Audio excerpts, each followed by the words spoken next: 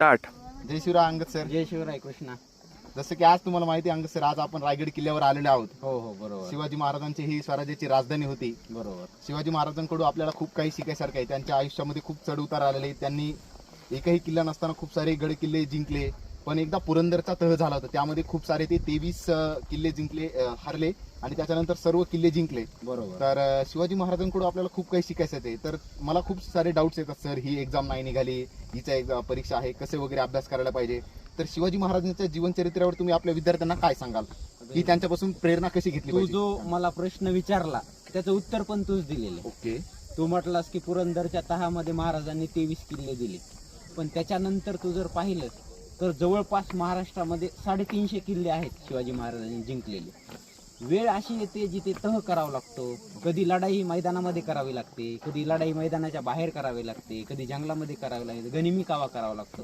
तसंच आपल्या बँकिंगचं एक्झाम आहे. जसा पेपर येईल तशी तुला स्ट्रॅटेजी ठरवावी लागते. हेच आपण शिवाजी महाराजांकडनं शिकायचं.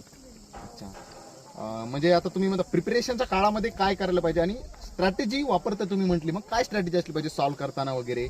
पर्टिक्युलरली मुलांचं तेच होतं, अभ्यास वगैरे करता पण इम्प्लिमेंटेशन प्रॉपर होत नाही एक्झामला.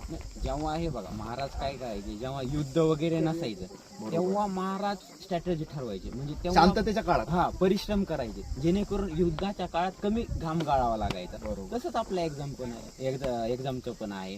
तुम्ही एक्झामच्या अगोदरच एवढा जास्त भयंकर अभ्यास करून ठेवा की तुम्हाला एक्झाम फुल कॉन्फिडन्स आला पाहिजे, निघली म्हणजे निघलीच पाहिजे किंवा निघणारच. म्हणजे तुमचं जी काही स्ट्रॅटेजी आहे, तुमचा जो काही गनिमी कावा आहे तो एकदम तयार करून ठेवायचा आणि तोच एक्झाम मध्ये वापरायचा. बरोबर बरोबर. शिवाजी महाराज असं नव्हते की दुश्मन आला की लगेच अटॅक केला. हे त्यांच्या डोक्यामध्ये सगळ्या गोष्टीची हे होती.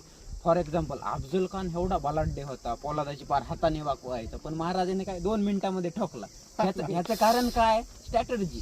सगळं त्यांनी म्हणजे जो त्याला महल वगैरे तयार केला होता अफजल खानला भेटायला, म्हणजे किती त्यात बारीक बारीक गोष्टी होत्या की असं त्यांनी ती वेळ ठरवली होती की महाराजाला अफजल खान दिसेल पण अफजल खानाला महाराज दिसणारच नाही, त्याच्या डोळ्यावर एक्झॅक्ट सूर्य येईल. म्हणजे अशा हजारो छोट्या छोट्या गोष्टी असतील त्याच एक्झाम मध्ये पण आपल्याला करायच्या, बाकी काही वेगळं नाही. ती स्वराज्याची लढाई होती, ही एक्झामची लढाई, ही जॉबची लढाई.